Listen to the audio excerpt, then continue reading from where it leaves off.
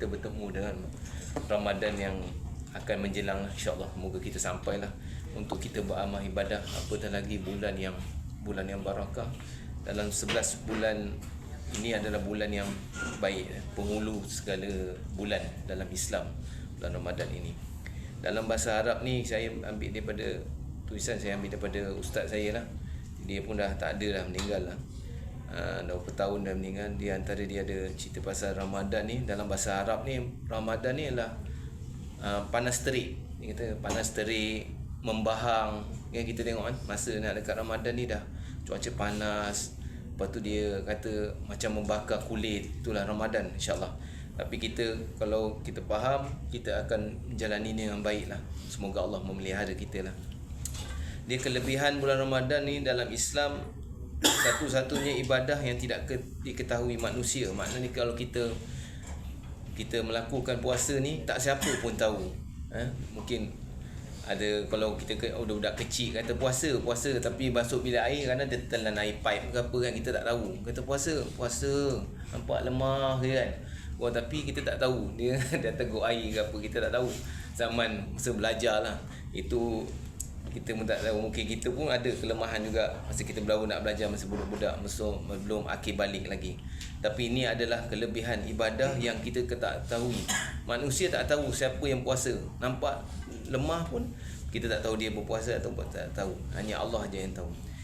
Yang keduanya, satu-satunya ibadah yang paling ikhlas ialah puasa. Bila kita puasa ni memang daripada start kita bersahur hingga kita buka tu, kita menahan lapar, dahaga. Bukan tu saja, Allah tuntutkan kita untuk menjaga mata kita, telinga kita, mulut kita. Maknanya kita menjaga, jangan berkata-kata yang tak baik kan. Kita banyak bersabar, telinga kita pun kalau boleh dengarlah benda-benda yang baik, tazkirah ataupun ayat Al-Quran. Mata kita pun masa tu kalau kita baca Al-Quran pun Allah lipat gandakan bacaan dia kan. Walaupun satu huruf, Nabi kata berapa dapat ganjaran ya? Satu huruf saja kita baca Al-Quran, insya-Allah.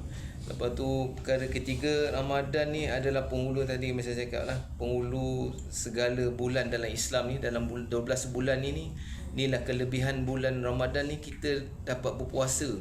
Lepas tu dalam bulan itu juga ada satu hari yang kita lebih baik daripada 1000 bulan. Itulah malam Lailatul Qadar.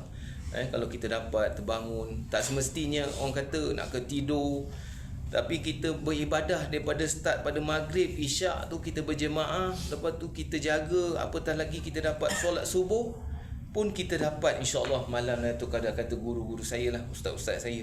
Sebab kita bila kita beribadah isyak ni, kita berjemaah, kita dapat separuh malam beribadah. Kalau kita dapat subuh berjemaah, seumpama kita beribadah sepanjang malam. Hebatnya kita Allah sayang kat kita, bagi kita amalan ni supaya kita nanti balik berjumpa dengan dia.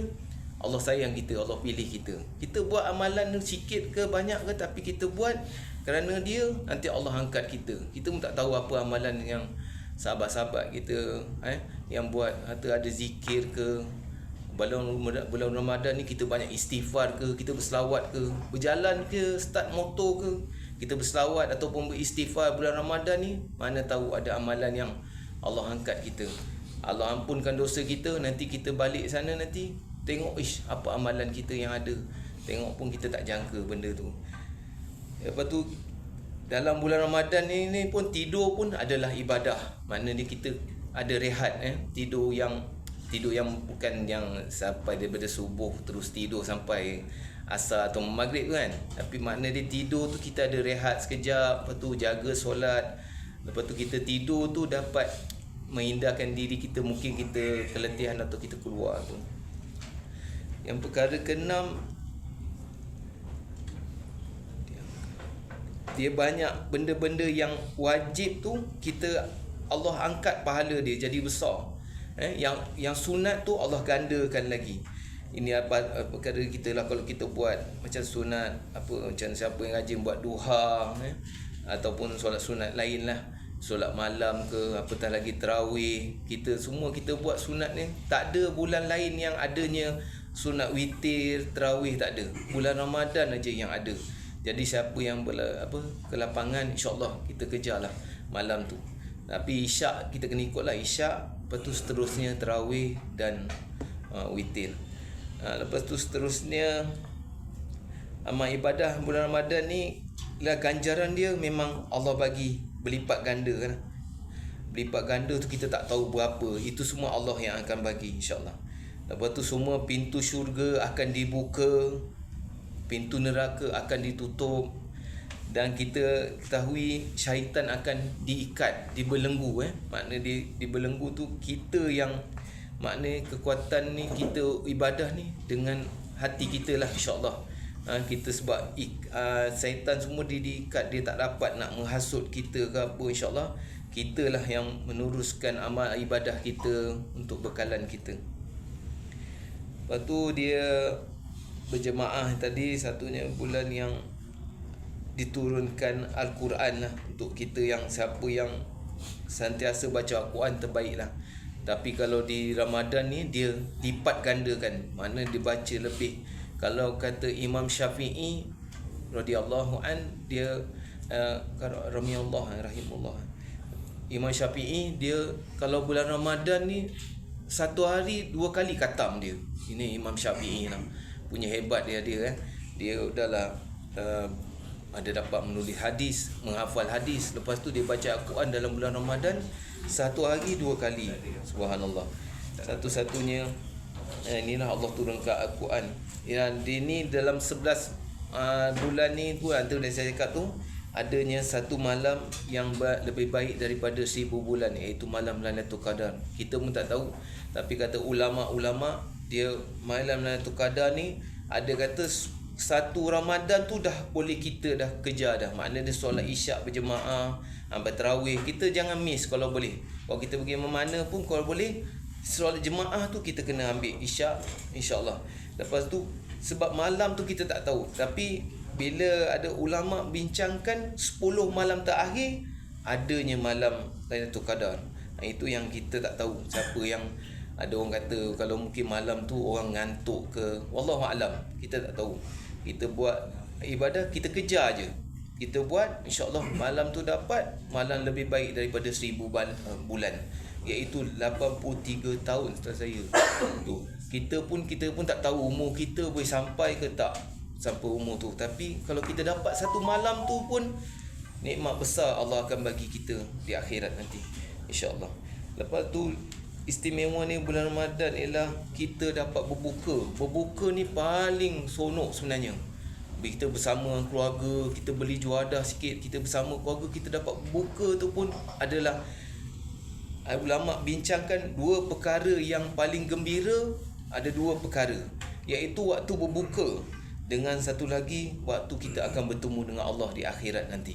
Ini 2 perkara yang akan kita tempuh lah, insya-Allah.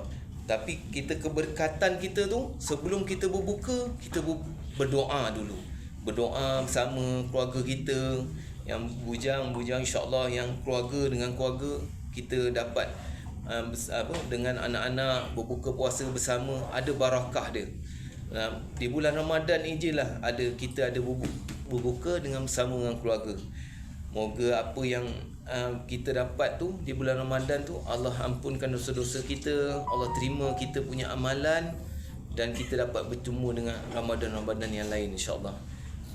Itu dah sedikit yang dapat saya sampaikan. Moga ia jadi manfaat buat diri saya, apatah lagi semua dalam satu jabatan ini. Semoga kita juga Allah mengampunkan dosa-dosa kita sebelum kita nak pergi ke Ramadan pun. Kita kalau ada yang puasa ataupun solat, kalau ulama kata kita ada qada kan solat-solat kita jika ada tertinggal, jika kita ada kesilapan ke apa, moga mohon ampun, maaf lah, bukannya tunggu raya ke apa baru kita memaafkan. Moga kita dalam hubungan kita pun, macam saya pun kalau ada kesilapan ke apa, saya mohon maaf. Moga hati kita menemui dengan Ramadan ini, hati kita dengan lapang untuk kita beribadah, apatah lagi dengan hubungan kita dengan manusia, insya-Allah. Itu saja sedikit tazkirah yang dapat saya sampaikan. Moga ada manfaat untuk kita, insya-Allah. Assalamualaikum warahmatullahi wabarakatuh.